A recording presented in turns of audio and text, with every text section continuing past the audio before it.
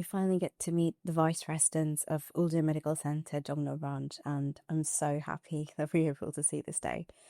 Hello and welcome to Talk About Drama, where we talk about what's hot and what's not in the drama world. And today we're going to talk about Resident Playbook, previously known as Vice Resident Life.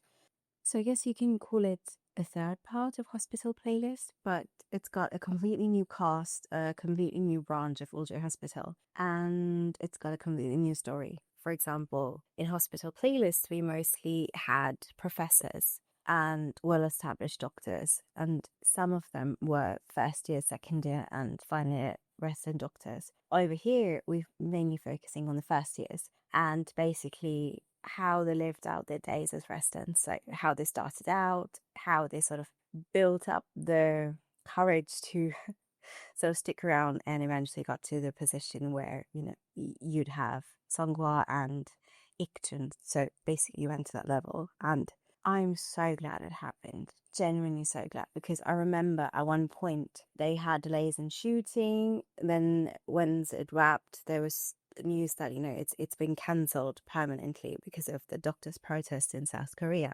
And then later on, they're like, no, it's not cancelled. It's uncancelled now, and we're going to broadcast it. And they quickly scheduled it, and now it's on air. So kudos to the people who work in the scheduling team, because you really did get it out before anything else erupted. So well done. And while it's a new branch, it's still Yulje Hospital. So we are going to see the main cast members from the Hospital Playlist. Like, we had a cameo from Chumina in episode 2, who was absolutely rocking her hairdo. And we do have confirmed cameos from the other cast members as well from Hospital Playlist. But I'll actually talk about the residents first, and how they're actually an odd bunch, but they work together so well. So we have one guy, Jail, who's emotions pro max. So he's the smart, kind, caring guy who is just over enthusiastic over everything, and he just basically wants a place where he belongs, where he's needed. And while that over enthusiasm is a good thing, because you really do need it to survive in the tough environment,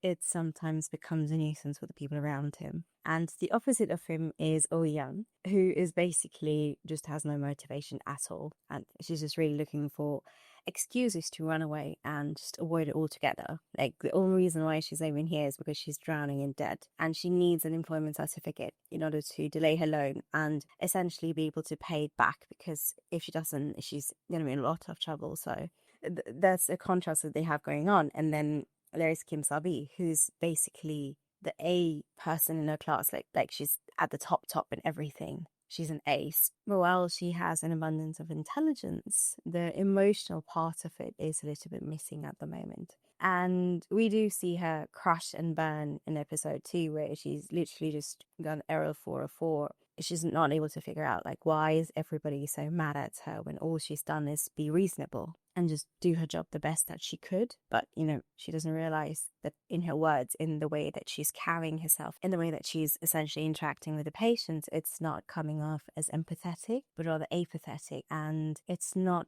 a very good approach when you're working in gynecology. And, with pregnant women, especially women who are really high in hormones, who's scared, who require a little bit of extra attention. And if you straightforward tell them that you might not be well, oh well, the pain is there, you can't really do anything about it, does not really help. So, I get the woman why she was really mad at her, but then Kim Sabi is literally just crashing because she doesn't realize that where is she wrong? Why is everybody treating her like, she's done something wrong? Because her entire life she's probably been praised because she's been the top student. She knows everything, she's learned everything, and she's probably never been scolded like us Asian kids who get scolded day and night because we don't study, we don't do anything, we're just sitting there not doing anything. Anyway, so that's the Asian trauma resurfacing.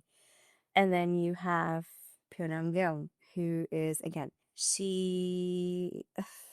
I'm a little bit on the fence about her in episode 1, but episode 2, she really won me over, because she's this girl who she went to the same school as Oh Young, and, she's like, oh well, don't let the rumors get to you that, I joined medicine because you went to medicine, and Oh Young is completely disconnected from her to the point that she doesn't even remember her name. And to her, it's more like she's trying to stand out. She's trying to be somebody. She's trying to become somebody. And there's a little bit of frustration inside of her, especially when she sees, people that she knows are getting married, they're getting expensive bags, they're having these photo shoots, they're coming to the hospital all dressed to the nines, where she hasn't even washed hair in like a week.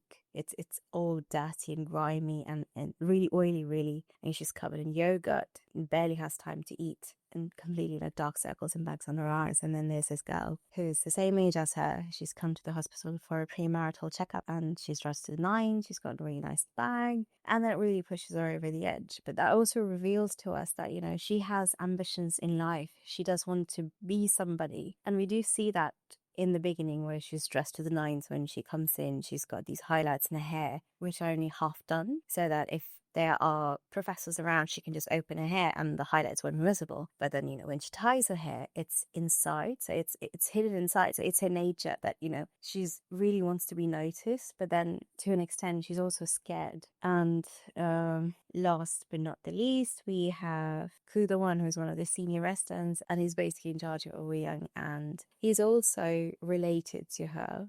Well, not related, but his brother is married to a sister, so the in-laws technically. And yeah, they do have a little bit of something going on. But I really like the camaraderie in the first 2 episodes, like romance aside, that really won me over. Because you do see this sort of, he's trying to build her up. He's trying to make sure that she doesn't run away. She's not really happy with the circumstances. It's not her first choice to come back to work, but she's like, well, it didn't really suit me. And technically, hospital life doesn't really suit anybody because you work like dog hours and you barely have a life outside, especially when you're like a first or second interns, because there's barely any people in medicine. You're bogged down, you're overworked, you're understaffed always, not paid enough. And then you have to also take care of complaints from the people that, you essentially work with, work around. And then, there's this hierarchy in the hospital where you can't really say anything because you don't have the authority. You have to bow down because, well, patient is God. And working in private hospitals, you have a target. You can't be too rude. You have to accommodate them to the best you can. And you're basically at the bottom of the feeding order and can't really do anything. So it's not a good place to be in. Everyone has to start from there. But like I said, it's not a good place to be in. And they have some good doctors and some not so good doctors, like in Hospital Playlist. But that one doctor, Miao, she's here. Yep, she's here. Like, she really, really, really raised my blood pressure in Hospital Playlist. Like, sometimes I really wanted to strangle her, other times I just wanted to throw her out the building. And, well, kudos to the actress for really playing her to the T. Like, she's really got this obnoxious charm to her, but you really feel like smacking her across the face, but she's politely saying it. She's getting her work done, but then she's also making everybody around her miserable. So kudos to her, and hope that she would be a cameo appearance because there's Chumina, but unfortunately she is one of the supporting cast, so we are going to see her for some time, so brace yourselves. But apparently Kudo-won does have some dirt on her, so hopefully she'll go easy on them like she did in episode 2 and onwards as well, so let's see. But we've got some really good professors like So Jong-min, who is again hard nut on the outside but really softy on the inside. And I really loved her interactions with Young and the way she basically singled out Kim Sabi when she was having issues with apologizing to the patient, and she told her, well, why don't you do something that you're really good at? If you're not good at apologizing, don't do it. Because insincerely apologizing to the patient is not going to help. You will end up doing more harm than good. And that's exactly what was happening. And she didn't end up saving the patient's life. And they did have a moment where the patient did eventually realize that, her words were really harsh. She basically told her that, I don't think you deserve to be a doctor. And that sort of sent her into a downward spiral. And, it was a little funny to see that, but also quite sad because you're seeing this person break down part by part in real life. And she goes through 5 stages of grief, but it's all up and down, up and down. It's not the regular rage, bargaining, acceptance. No, it's more of, I don't want to do this, I should probably quit, to I'm not going to quit, I'm going to continue on my path. It mostly just goes up and down from, well, I'm going to quit to I'm not going to quit, and I'm going to make it. And the first 2 episodes, it's literally been all of the first years just going through it and probably just thinking, to be or not to be in the hospital, to quit or not to quit. And Eoyeon almost ran away once. So did Pyo Nam-kyung. She did get into a taxi and she sort of drove away. But then she turned back when she realized, something was wrong, which it wasn't, thankfully. But she did have a moment of epiphany where she was feeling guilty. She didn't want her patient to suffer because of her, and she came back to the hospital. I really liked the way in the first 2 episodes, we just seeing them constantly struggle against themselves, because you are a part of a hierarchy that is essentially working against you. You can't speak rudely to your seniors. You can't speak up even if when your seniors are telling you to do something, but then, they sort of turn around and say, well, I didn't really do that. So you can't just stand there and say, well, you're a liar, because that makes you a bad person. And then people come and point fingers at you. And again, you can't really refute them, because your senior's words is between you and your senior. Who would they trust more, you or your senior? Of course, your senior. And, everyone's really going through it, because even your senior is at a place where they've come from being a junior, and, they're probably being worked to the bone as well, because they're suffering because of the professors. And that frustration sort of trickles down and eventually reaches the first years, who get to suffer and more suffer. So it's not a really good place for them to be in. And in medicine, there is no shortcut, really. So Wise Rest in Life is a really good title. But I really liked the way Oyeon had a bag prepared, like when she was transporting the patient to Yulje Medical Hospital, the other branch, and she really had this big rucksack with her because she was planning on running away. But then Chumina saw her and she realized, well, she's not really planning on going back. She's probably going to run away. So she engaged her in a conversation, stopped her for a coffee, spoke to her really, and just told her, you know what, you're actually really good for the first year, and you're so kind towards your patient that this is the first thing that people need to realize when working in a hospital. Like, you're not a robot. Everybody has feelings. You have feeling. Your patient has feeling. And we need to realize that. We need to process that. And that makes you a good doctor, even though you're first year. And then, she gave her an envelope, which she said, really to deliver it to Kudawan. It's a very important piece of information about the patient. So make sure to give it to him today. And she could really refuse. So she went back and, she gave him the envelope in the operation theater where he was doing something on the computer. And it's a stack of empty papers. She basically just sent her on a fool's errand because she knew she was going to run away, and she saw the spark in her eyes. She knew that she was a good doctor. She just didn't want to be in that position when she's been constantly told off, and even though it's not her fault, and then she's probably been through it herself. So kudos to Chumina, and I really, really, really hope that, I know we're going to get cameos one by one, but I really hope that, we get cameos all together. We get to see them all happy and married and just together, really, because the one thing I really liked in Hospital Playlist was the interactions between all of them. And cameos are one thing, but having them appear as a group would just be a dream come true, really. But yeah, it's probably scheduling conflicts, and it's super expensive as well, so let's see how it works out. But I do think that we're going to get the fossils together in one place, because they do have a song on the OST, so I think. Anyways, so we do have the bunch of residents first years. There are 4 of them, and out of them, I think Umdale probably relaxed the most in the first 2 episodes, and probably was the most stressed out in the first 2 episodes, because he's basically frozen out by Myung-in-won, and he didn't know that. So to him, it's more like, why does nobody remember me? Why does nobody need me? And he's really going down a depressive spiral where he's really happy when his phone rings, only for him to hear, well, we don't really need you. You can rest up, catch up on your sleep, and we'll probably see you on the next surgery and whatever. And the next surgery never really comes. And, on her part, the senior resident, she's just really trying to not sound too harsh on him and tell him you're frozen out. But then, to him, it's more of, well, nobody really needs me. And he's more of a golden retriever energy. And I think being in a boy band, must have given him an anxiety of being forgotten, because he's obviously been in a failed boy band, and he failed to get recognition, he failed to build up a network, and he's probably really wants to be recognized for his skills as a doctor now. But that won't happen if he's not in a hospital and if he's not working with a patient or with other people, really. And he does really have a good emotional quotient, but he's too overeager for everything, and that sort of cancels it out a little. So we will see how it plays out, but I do hope he dials it down a little and sort of calms down a little.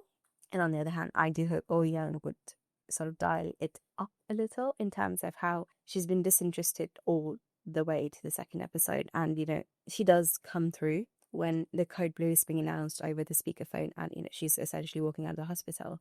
And she's like, well, everyone's busy and I don't really think anyone would be available. So she does turn back and go and try to save the patient. She does perform emergency CPR and does manage to save the patient. But then she's got a really disinterested attitude towards her studies, towards her work, towards other people.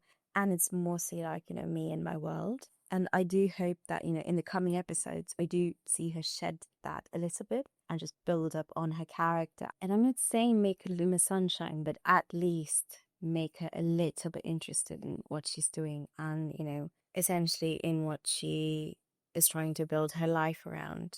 And do stand up a little to Myung Won like she did in the second episode, even though Huda Won really hyped her up and, took her side. But I think out of the 4 first years that we have here, I think Oh Young is probably the one who has the most chances of going against Inwon and coming out as the winner.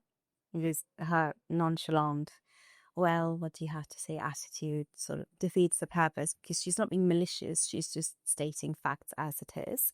And she does establish some credibility when Kudo-won took her side, and, it's eventually revealed that, it wasn't her fault in the first place. So people will probably think twice before coming out and directly confronting her in the future, but let's see. Because I know it's not going to be a whole girl boss thing where, she's standing up for herself and everybody claps for her. No, that's not how real life works. But I really do hope she does get some frustration out and takes a stand for herself, because that lady, she's evil. Like, I get it. You're trying to build a career for yourself. And I understand in that position, she's trying to butter up the higher up. She's trying to get up the ladder to get that position, but then you don't have to make everybody else's lives miserable to do that. You can just do it without doing that as well. So just for that, you're cancelled in my book. So let's see. You do have bad people in real life, and they do end up going a long way. So it's not completely unrealistic if she does end up getting the professor position at the end of it. So again, let's see. And we have residents from second year like Cha Da-hye, who was sort of mentoring Jae, and I really liked the interaction that they had, where he's so overexcited about everything, and he ends up calling her 10 times a day for 10 different things, and he just really assumes the worst of everything. Oh, do you have a tightness in your chest? Well, it's a problem with your aorta. Oh, your nose is leaking. Well, probably have a skull fracture, and that's your brain fluid leaking out. Because he wants to be in the action so badly that, he just ends up going on off the deep end when he's trying to diagnose his patients, and it's not helping anybody. And it's just making the second year residents even more annoyed, because he just keeps on pestering them. And, we do see each other here sort of snap at him a little, and, be like, well, it's not always the worst, and you're really making it hard for us when you keep on doing that. And he does back off a little, but then we do see him being attentive. He's been monitoring this patient's urine output, and he did it every 1 hour since morning 4 a.m. and he's diligent in his work, at least. That does earn him some brownie points in the book, and she ends up changing his name from first year to Jae, Dr.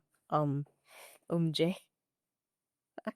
It's really funny. But I do hope he really tones it down a little, because, again, you are working in a hospital and you're not supposed to be too over enthusiastic or too nonchalant. You're there to make your patients a little comfortable, to sort of help them understand what's happening to them, and maybe even calm them down a little, because you've essentially spent years of your life studying for this one thing, and you're obviously an expert, but the other person, they don't even know heads from tails, and they're scared, they're anxious, they're worried, they're probably agitated because they don't know what's happening to them. They're angry because why is it happening to them?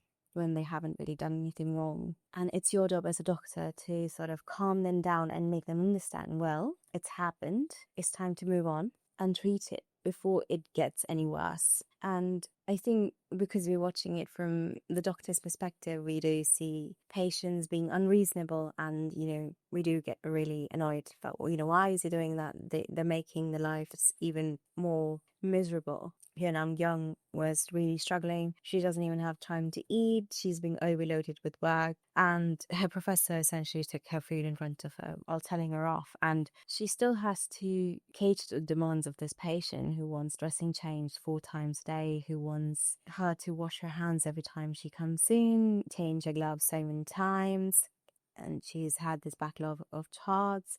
She doesn't even have time to eat her food, because when she's eating, she gets a call, well, can you please come in 10 minutes?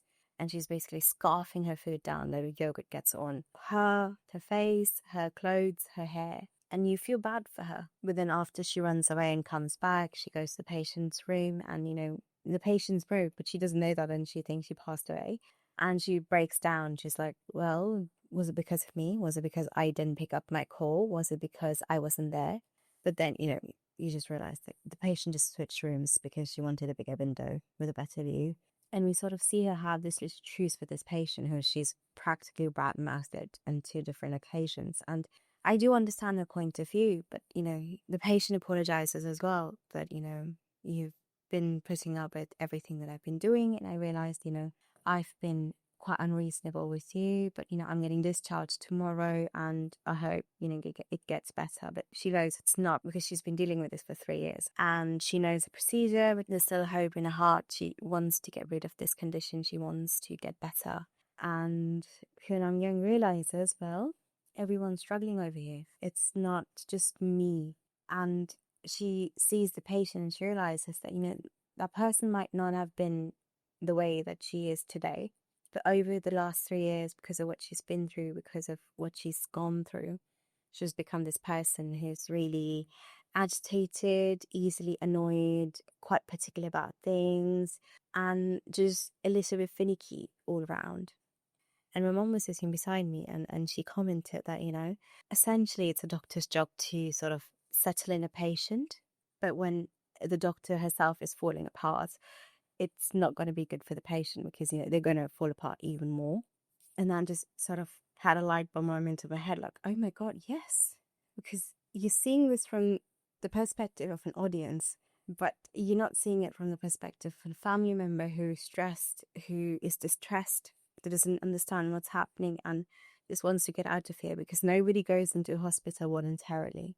It's probably the worst place to be in. And once you're there, you have these big white walls, you have this smell of disinfectant all around you, and then you have nurses who are constantly going in and out, but then sometimes you're completely left alone, and you're frustrated, you're annoyed, but why am I not being paid attention to?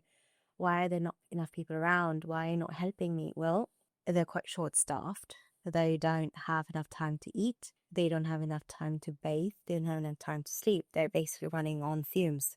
But to you, it's like, I'm a patient. I am paying for the service, which is, again, priced at ridiculous levels, because the healthcare around the world is crazy expensive. And then, you come with the hopes of being better. You come in the hopes that a doctor will understand it better than you. They will help you get better, and eventually you'll be able to go out of this dreary place. And then when the doctor starts losing it, you start losing it too. And that is sort of put in more in perspective. And, you see professors like So Jung-min deal with the patient who was mistakenly diagnosed as dilated 2 centimeters by Oh Young. And she's like, oh, I'm sorry, my resident was a little eager to meet the baby. And so she's misread your dilation a little, and, I hope you'll forgive her. And then, she tells her off that if a mother was dilated 2 centimeters, you really think she'd be sitting here with such a calm smile? She'd probably be freaking out even more than you.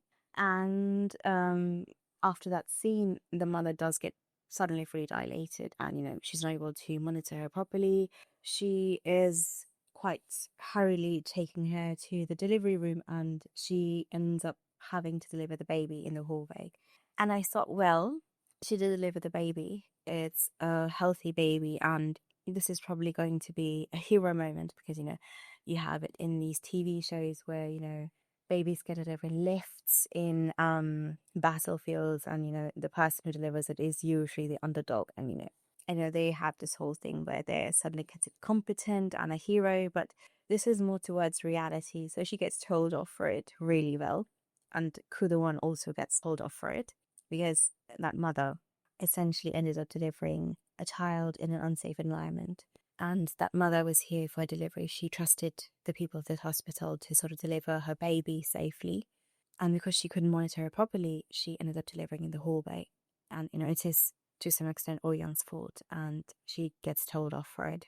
And I thought, well, yeah, she's not wrong, because we're so used to all the sensationalization that we don't realize that you're putting that child's life at risk, you're putting that mother's life at risk, because that's not the ideal environment for delivering a child. And you shouldn't have to do this unless it's a life in that situation, unless there's an earthquake happening and you have no other choice. So had she watched over the patient Elizabeth properly, she probably would have made it to the delivery room and safely delivered the baby with all the doctors and staff present. It was quite dangerous of her too, because she was essentially a first-year resident who wasn't even able to properly monitor the dilation. To safely deliver that baby was a miracle on its own, and she gets rightfully told off for it. And make me love it even more, because we're not going on to sensationalization. We obviously will have situations where they're put at risk, where it's a more of a heroic moment, but it's not for shits and giggles. It's not like we're going after it full throttle. It is called Resident Playbook for a reason,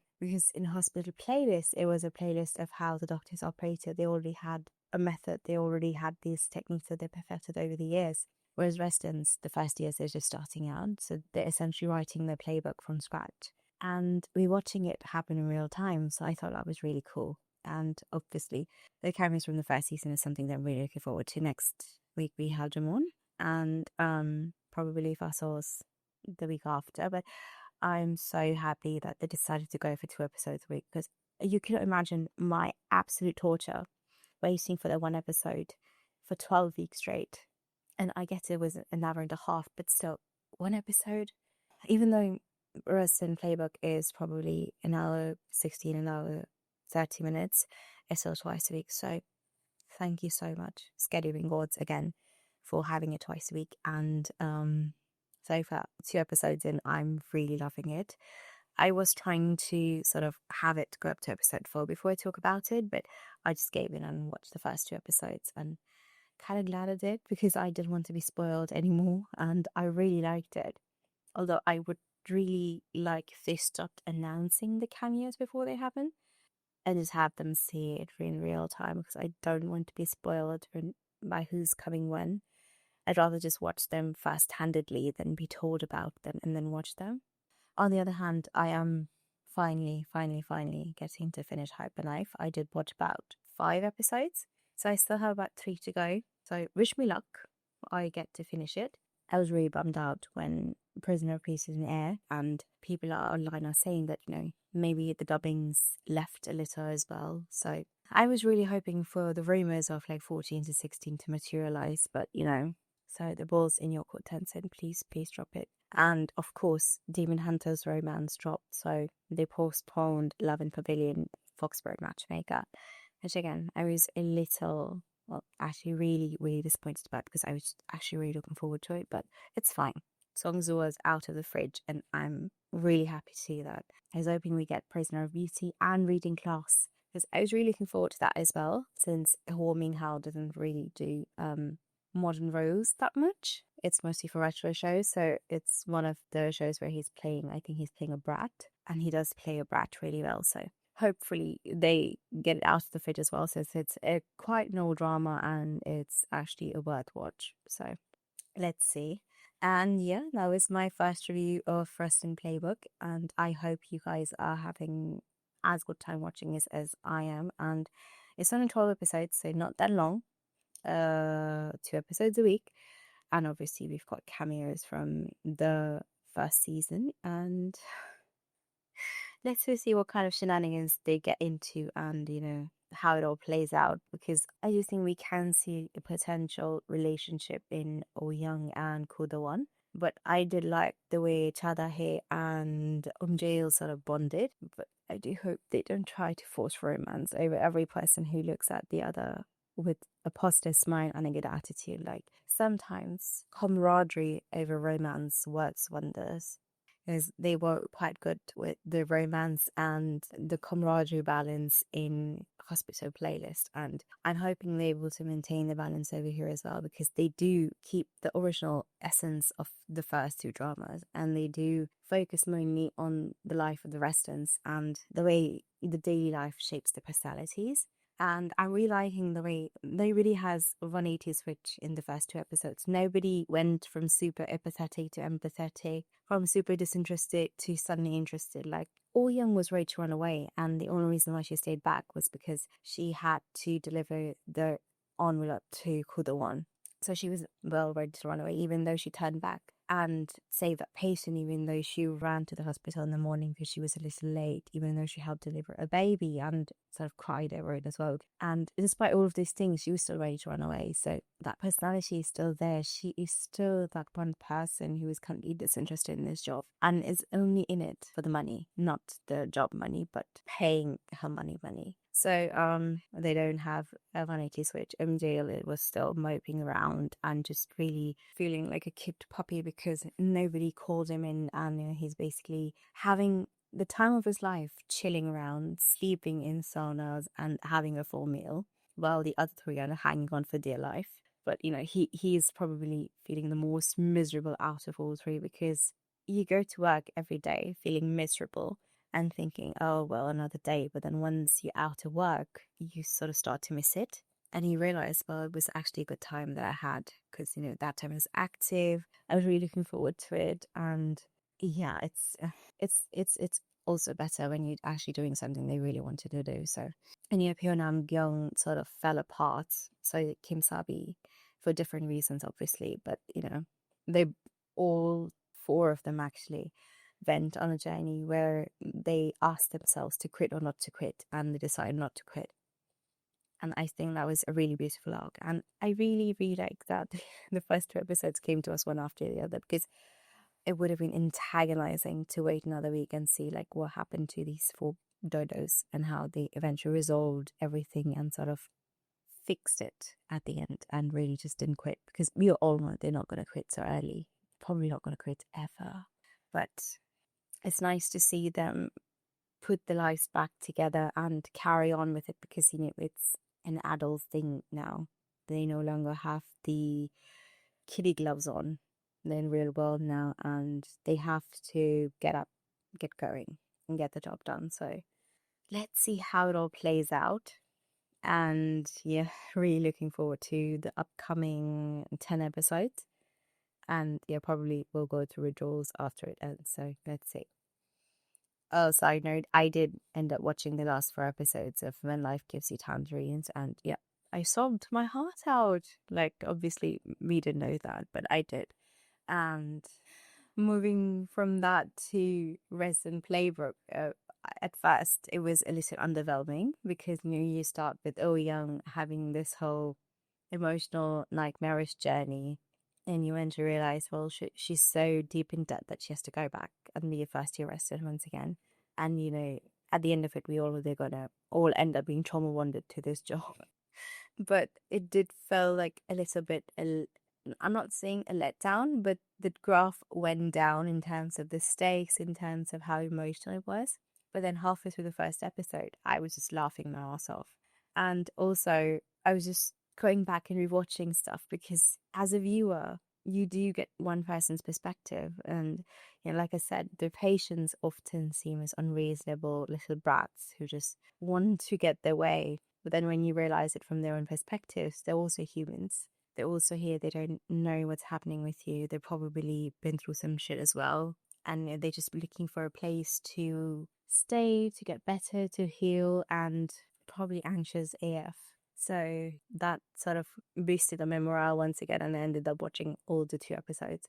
I don't know if I'll talk about when life gives you tangerines because, on Twitter, on Instagram, there's so many other videos that are so well explained for the whole series. And I just really wanted to cover Gumyoung-seok because I did sort of feel like it's something that I could call as my own in terms of the whole elder daughter thing and how, as an eldest child in the family, they don't put terms and conditions on you, but they do put that invisible pressure, and they obviously don't realize it because towards your parents, it's more if they're trying to give you the best that they could, but it's a subconscious thing, and I sort of felt a little connected to it, and I just really wanted to discuss it because Gumyoung's first love taught her the way of growing up and eventually shaped her in the woman that she became. And, it also helped up shaping her relationship with her parents as well. So let's see if I end up talking about Gumyoung's life story and a love and life of Gumyoung, basically. If I do end up rewatching it with another batch of tissues, but let's see. Again, with the let's see, sorry about that. And I really hope you enjoy watching Western Playbook as much as I did and are hoping and looking forward to the other episodes as well. So yeah, I hope you guys have a great week and I will see you guys next time. Until then, ciao.